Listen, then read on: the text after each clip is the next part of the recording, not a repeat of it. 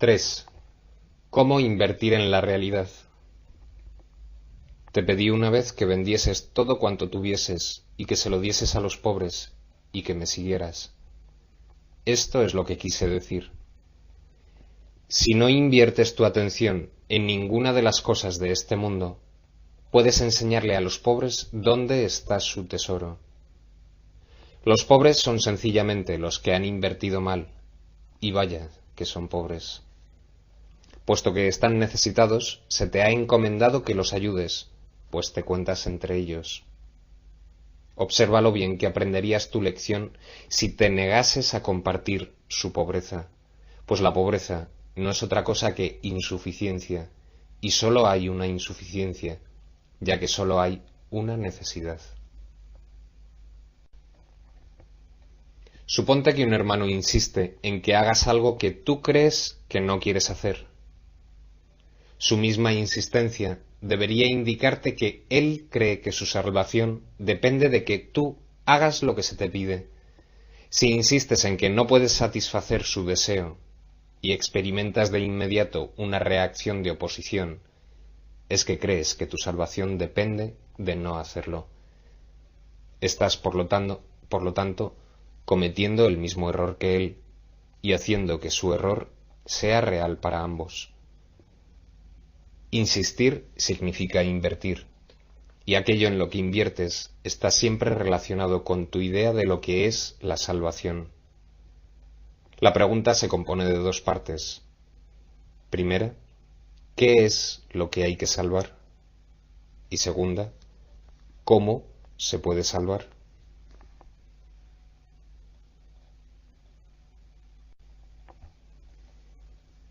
Cada vez que te enfadas con un hermano, por la razón que sea, crees que tienes que proteger al ego y que tienes que protegerlo atacando. Si es tu hermano el que ataca, estás de acuerdo con esta creencia. Si eres tú el que ataca, no haces sino reforzarla. Recuerda que los que atacan son pobres. Su pobreza pide regalos, no mayor empobrecimiento.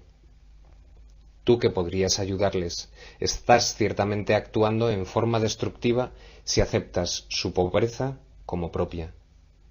Si no hubieses invertido de la manera en que ellos lo hicieron, jamás se te hubiese ocurrido pasar por alto su necesidad.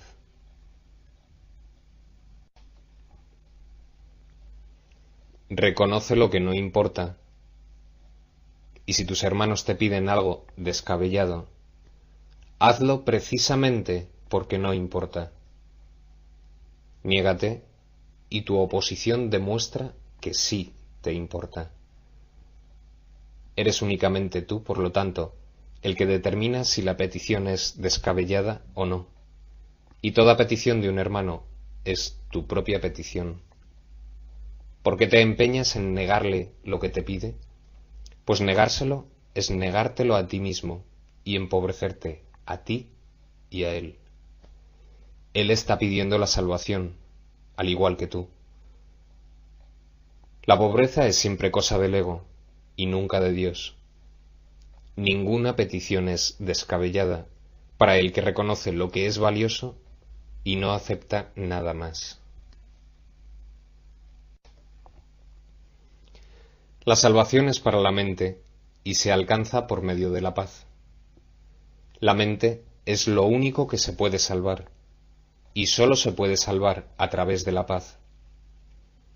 Cualquier otra respuesta que no sea amor surge como resultado de una confusión con respecto a qué es la salvación y a cómo se alcanza.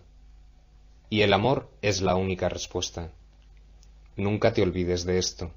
Y nunca te permitas creer, ni por un solo instante, que existe otra respuesta, pues de otro modo te contarás forzosamente entre los pobres, quienes no han entendido que moran en la abundancia y que la salvación ha llegado.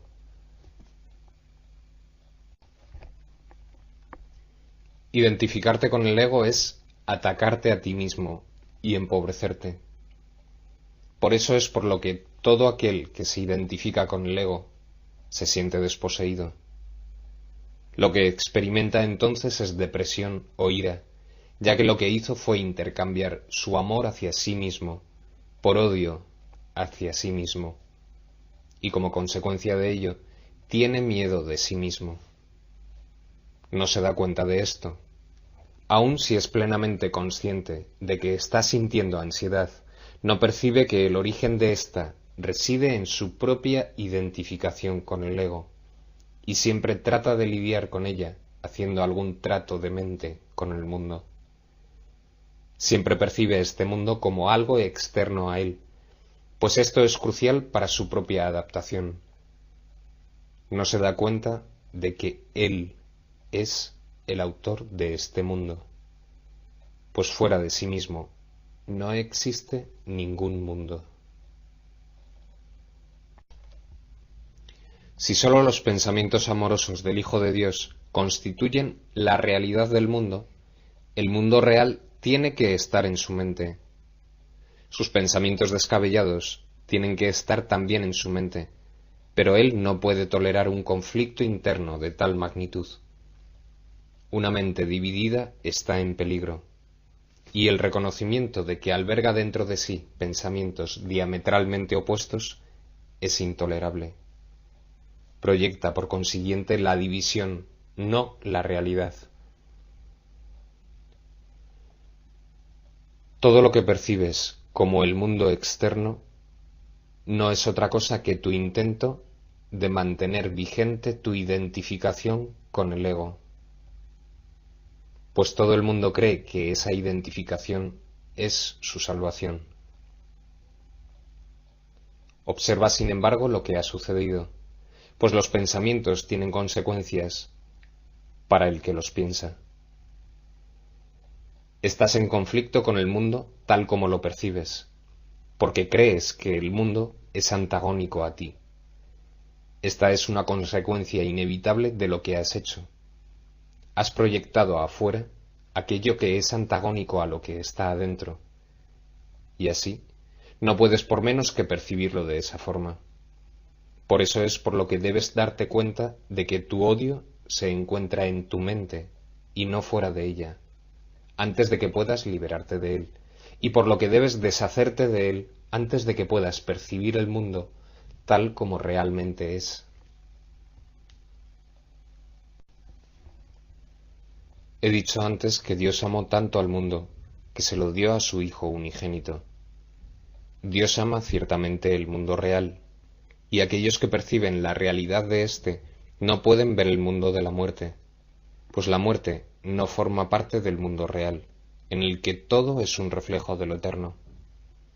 Dios te dio el mundo real, a cambio del mundo que tú fabricaste como resultado de la división de tu mente, el cual es el símbolo de la muerte. Pues si pudieses realmente separarte de la mente de Dios, perecerías. El mundo que percibes es un mundo de separación. Quizá estés dispuesto a aceptar incluso la muerte con tal de negar a tu Padre. Sin embargo, Él no dispuso que fuese así, y por lo tanto, no es así. Tu voluntad sigue siendo incapaz de oponerse a lo que la suya dispone, y esa es la razón de que no tengas ningún control sobre el mundo que fabricaste. No es este un mundo que provenga de la voluntad, pues está regido por el deseo de ser diferente de Dios, y ese deseo no tiene nada que ver con la voluntad. El mundo que has fabricado es, por lo tanto, completamente caótico, y está regido por leyes arbitrarias que no tienen ningún sentido ni significado alguno. Se compone de lo que tú no deseas, lo cual has proyectado desde tu mente porque tienes miedo de ello. Sin embargo, un mundo así solo se puede encontrar en la mente de su hacedor, junto con su verdadera salvación. No creas que se encuentra fuera de ti, ya que únicamente reconociendo dónde se encuentra es como podrás tener control sobre él. Ciertamente tienes control sobre tu mente, ya que la mente es el mecanismo de decisión.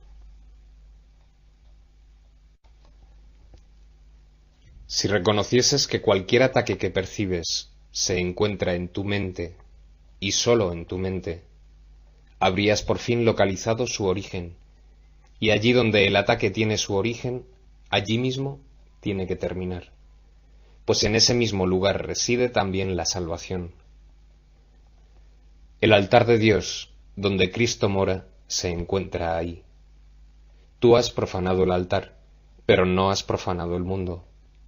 Cristo, sin embargo, ha puesto la expiación sobre el altar para ti. Lleva todas tus percepciones del mundo ante ese altar, pues es el altar a la verdad. Ahí verás tu visión transformarse, y ahí aprenderás a ver verdaderamente. Desde este lugar en el que Dios y su Hijo moran en paz, y en el que se te da la bienvenida, mirarás en paz hacia el exterior, y verás el mundo correctamente. Mas para encontrar ese lugar, tienes que renunciar a tu inversión en el mundo tal como lo proyectas, y permitir que el Espíritu Santo extienda el mundo real desde el altar de Dios hasta ti.